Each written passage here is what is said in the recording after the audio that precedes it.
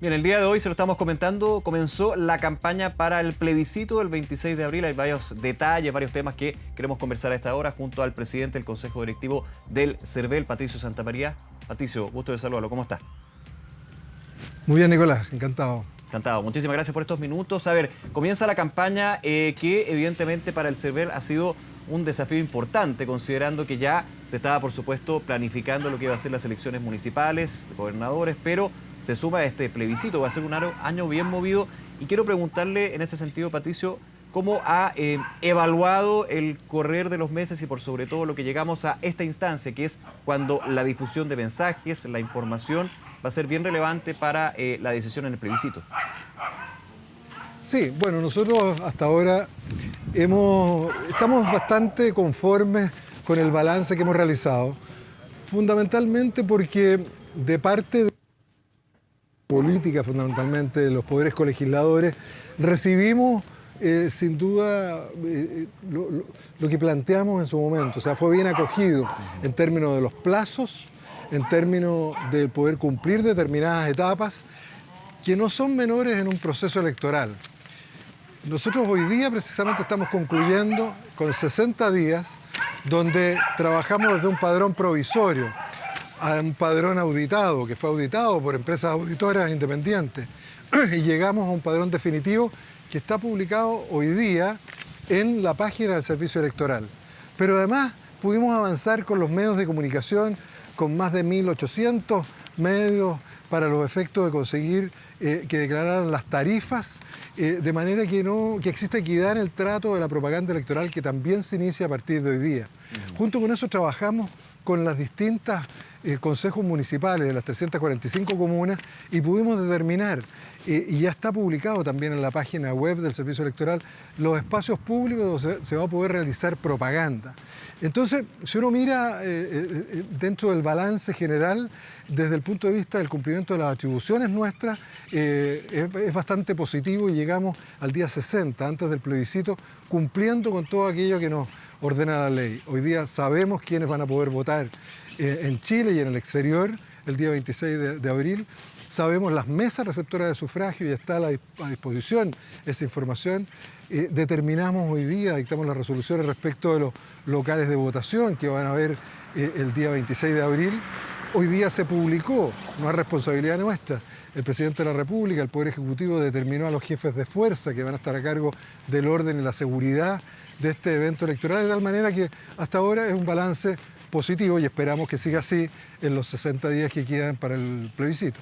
Sí, Patricio, antes de seguir con el tema justamente de la campaña y por sobre todo lo que es la difusión e información necesaria, hemos hablado muchas veces acá, de hecho, junto a usted, de esta educación cívica necesaria para todos los procesos eleccionarios. Quería preguntarle por esta reunión que tuvieron con el Consejo Directivo del CERVEL en el Palacio de la Moneda, junto al presidente de la República. En ese sentido, el tema seguridad, yo sé que no es potestad del CERVEL en este caso, pero ¿fue un tema clave, relevante en la conversación con el presidente?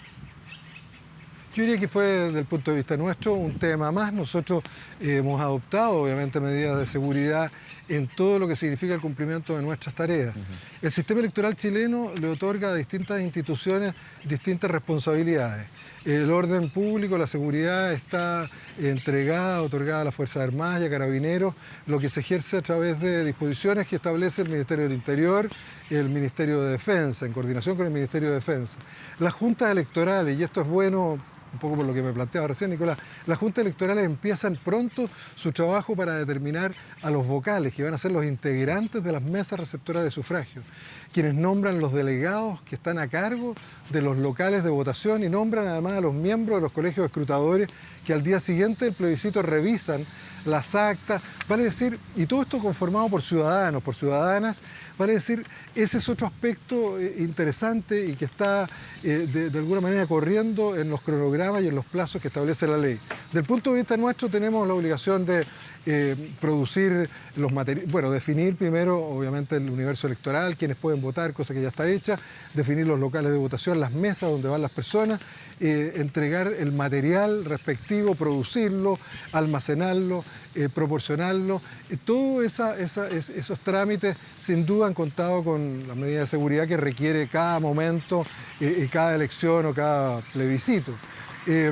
No ahondamos en otros temas, creo que aquí lo importante es señalar que cada una de las autoridades está cumpliendo con lo que establece la ley y eso nos permite, desde el punto de vista del servicio electoral, también hacer algunos llamados, como hoy día lo planteábamos al salir del Palacio de la Moneda.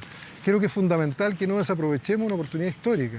Hoy día muchos países nos están mirando porque efectivamente en pocas oportunidades se produce esto, se hace carne el artículo 21 de la Declaración de Derechos Humanos, que establece que toda persona tiene el derecho a participar en el gobierno o directamente en el gobierno de su país. En plebiscitos anteriores o nos han convocado a ratificar una persona, cosa que rechazamos en el año 88, o nos llamaron a dar valor, a ratificar acuerdos que habían llegado nuestros representantes del año 89, cosa que fue aprobada, pero nunca nos habían llamado en la historia, y eso es lo importante de este plebiscito, lo inédito, y el ejemplo para muchos países para definir si queremos o no una nueva constitución, y en el caso que sea afirmativo, que gane el apruebo, ¿cuál va a ser el órgano? ¿Cómo debe conformarse el órgano que debe, en definitiva, redactar esa nueva constitución?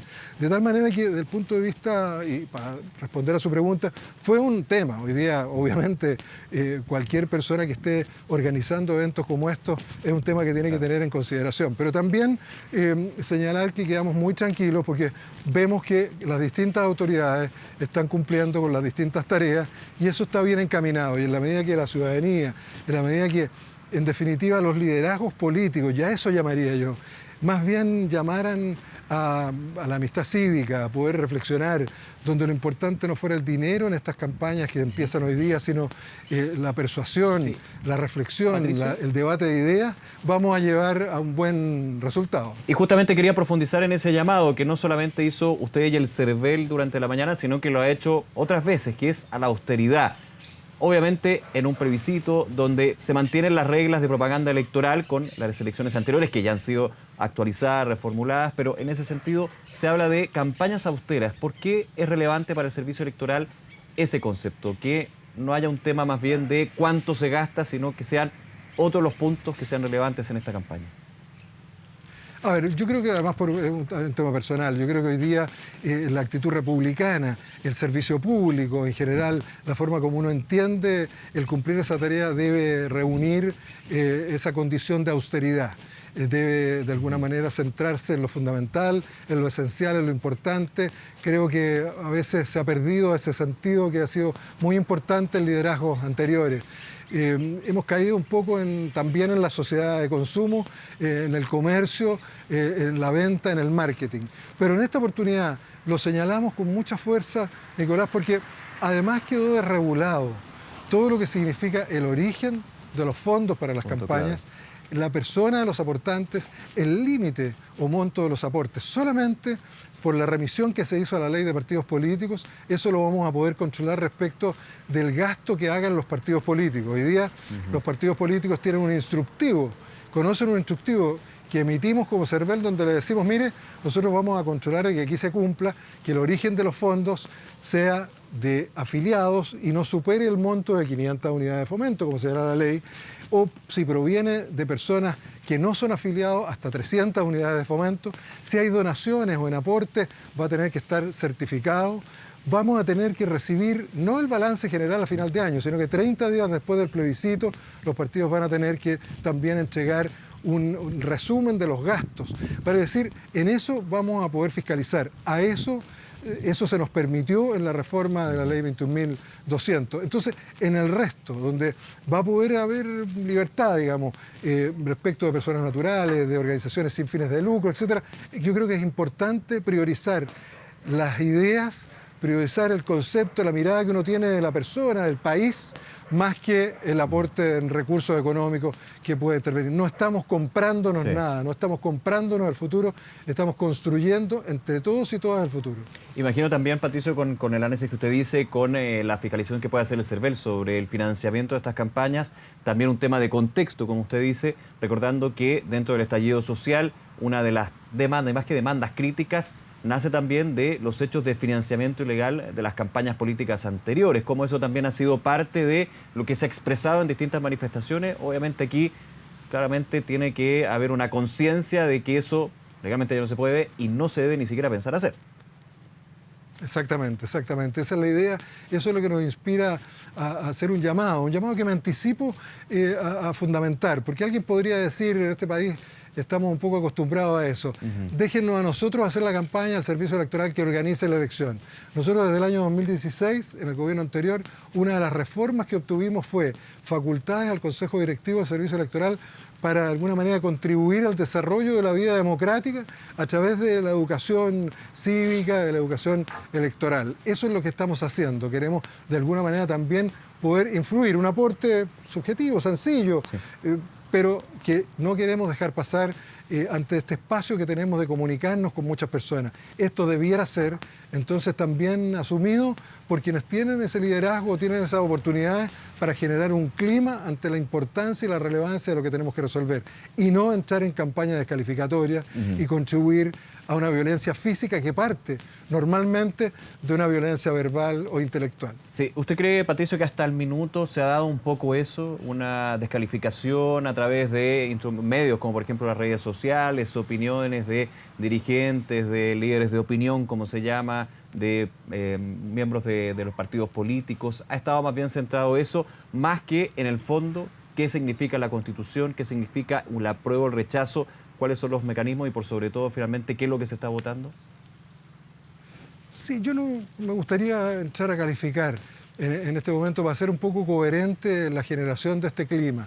Más bien llamo a mirar hacia el futuro y a partir de hoy, cuando se abre el espacio legal de propaganda, cuando en los medios de comunicación, en espacios privados, en espacios públicos, vamos a poder hacer valer los argumentos que están detrás de cada una de las opciones y vamos a tratar de convencer a los demás, lo hagamos en esa perspectiva, en esa línea. Creo que tenemos que entre todos contribuir a crear un clima de amistad cívica, un clima de no descalificar, un clima de no generar visiones polarizadas. Hoy día es muy importante avanzar en esa línea y creo que mirando al futuro es el llamado que nos permitimos humildemente desde el rol que hoy día desempeñamos hacer al país y a sus líderes fundamentalmente. Sí, justamente es clave para lo que llamamos democracia actualmente. Patricio Santamaría, se nos acaba el tiempo. Como siempre, muchísimas gracias por estos minutos. Que tenga una muy buena tarde. Igualmente, Nicolás, un gusto como siempre. Hasta luego. Un gusto.